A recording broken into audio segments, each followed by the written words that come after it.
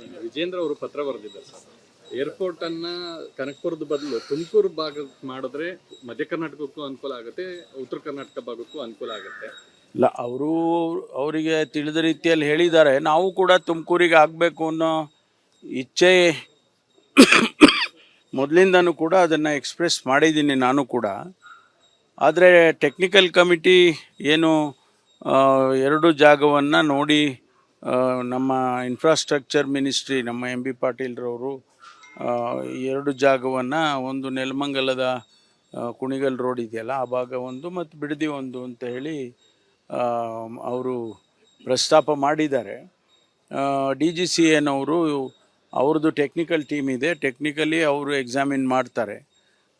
ನಮಗೆ ತುಮಕೂರಿಗಾದರೆ ಭಾಳ ಒಳ್ಳೆಯದಲ್ಲ, ಯಾಕೆಂದರೆ ಒಂದು ಸುಮಾರು 18-20 ಜಿಲ್ಲೆಗಳಿಂದ ತುಮಕೂರು ಪಾಸ್ ಆಗುತ್ತೆ, ಅವರಿಗೆಲ್ಲ ಅನುಕೂಲ ಆಗುತ್ತೆ ಅನ್ನೋದು ಒಂದು ನಮ್ಮ ಆರ್ಗ್ಯುಮೆಂಟು. ಎರಡನೇದು ಇನ್ನೊಂದು ಸ್ವಲ್ಪ ಇಂಟರ್ನ್ಯಾಷನಲ್ ಏರ್ಪೋರ್ಟ್ ಈಗೇನಿದೆ ಆ ಲೈನ್ನಲ್ಲೇ ಅದು ಬರ್ಬೋದೇನೋ ಅಂತ, ಅದು ಟೆಕ್ನಿಕಲ್ ಇದಕ್ಕೆ ಬಿಟ್ಟಿದ್ದು. ತುಮಕೂರಿಗೆ ಖಂಡಿತವಾಗಿ ತುಮಕೂರಿಗಾದರೆ ನನಗೆ ಭಾಳ ಸಂತೋಷನ ಆಗುತ್ತೆ.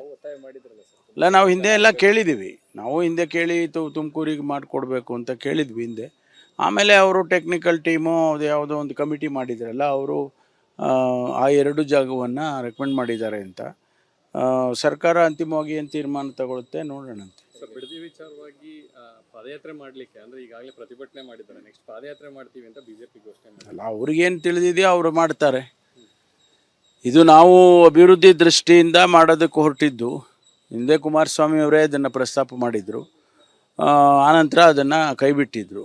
ಮತ್ತೆ ತಿರುಗಿ ಒಂದು ಸಿಸ್ಟಮ್ಯಾಟಿಕ್ಕಾಗಿ ಮಾಡಬೇಕು ಅಂತೇಳಿ ಈಗಿನ ಮುಖ್ಯಮಂತ್ರಿಗಳು ಶಿವಕುಮಾರ್ ಅವರು ಈಗ ಅದನ್ನು ತೆಗೆದುಕೊಂಡಿದ್ದಾರೆ. ಮೊದಲನೇ ಹಿಂದೆ ಮಾನ್ಯ ಸಿದ್ದರಾಮಯ್ಯನವರು ಇದ್ದಾಗಲೇ ಕ್ಯಾಬಿನೆಟಲ್ಲಿ ಅದನ್ನು ಅಪ್ರೂವ್ ಮಾಡಿಸ್ಕೊಂಡಿದ್ರು. ಈಗ ಅದನ್ನು ಇಂಪ್ಲಿಮೆಂಟ್ ಮಾಡೋದಕ್ಕೆ ಪ್ರಯತ್ನ ಮಾಡುವಂಥದ್ದು. ಹಾಗಾಗಿ ಅವರು ಭಾಳ ಸ್ಪಷ್ಟವಾಗಿ ಮುಖ್ಯಮಂತ್ರಿಗಳು ಹೇಳಿರೋದು, ನಾವು ಯಾರನ್ನೂ ಒತ್ತಾಯ ಮಾಡೋದಿಲ್ಲ, ವಾಲಂಟಿಯರ್ ಆಗಿ ಕೊಡಿ ಅಂತ ಹೇಳಿ ಕೇಳ್ತಾ ಇದ್ದೀವಿ, ಮನವೊಲಿಸೋದಕ್ಕೆ ಪ್ರಯತ್ನ ಮಾಡ್ತೀವಿ ಅಂಥೇಳಿ ಅವರು ಸ್ಪಷ್ಟವಾಗಿ ಹೇಳಿದ್ದಾರೆ. ಇದು ರಾಜಕೀಯ ಮಾಡೋದಕ್ಕೆ ಅವರು ಹೊರಟಿದ್ದಾರೆ. ರಾಜಕೀಯದ್ದು ಇಂಥದಕ್ಕೆಲ್ಲ ಅಭಿವೃದ್ಧಿ ದೃಷ್ಟಿಯಿಂದ ನೋಡಬೇಕು ವಿನಃ ರಾಜಕೀಯ ದೃಷ್ಟಿಯಿಂದ ನೋಡಬಾರ್ದು.